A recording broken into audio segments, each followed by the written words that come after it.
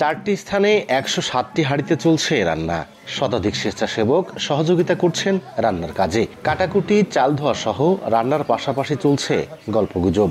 মাঝে মাঝে ঢোলডগর বাজিয়ে ঘুরে যাচ্ছে ব্যান্ড দল। দুপুর থেকে সন্ধ্যা অবধি চলে রান্নার কাজ। সন্ধ্যার পর শুরু হয় খাওয়া দাওয়া। রাত পর্যন্ত চলে এ আপ্যায়ন, যার নাম মোল্লা খাওন। ব্যতিক্রমী এমন আয়োজন হয় ঝিনাইদহের কালীগঞ্জ উপজেলার কোলাবাজারে। উপজেলার জামাল ইউনিয়ন পরিষদের সাবেক চেয়ারম্যান নজরুল ইসলাম মোল্লা করেন এ আয়োজনের।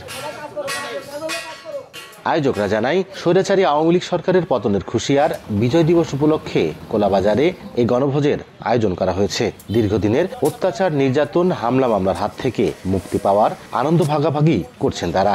নানা শ্রেণী পেশার হাজারো মানুষ এই আয়োজনে অংশ নেয়। স্বৈরাচার পতন হয়েছে এই উপলক্ষে আমাদের জামাল ইউনিয়নের লোকজন সুখ দুঃখের ভাগাভাগি করে নিয়ে আমরা এখানে একটা খাওয়া দাওয়ার আয়োজন করেছি, নৈশভোজের আয়োজন। বন্ধুদের প্রতি বন্ধুরা যাতে কুশল বিনিময়ে আদান প্রদান করতে পারছি, এটাই আমাদের বড় লক্ষ্য। এখানে আসছি সবাই মিলে একসাথে আমোদ করছি।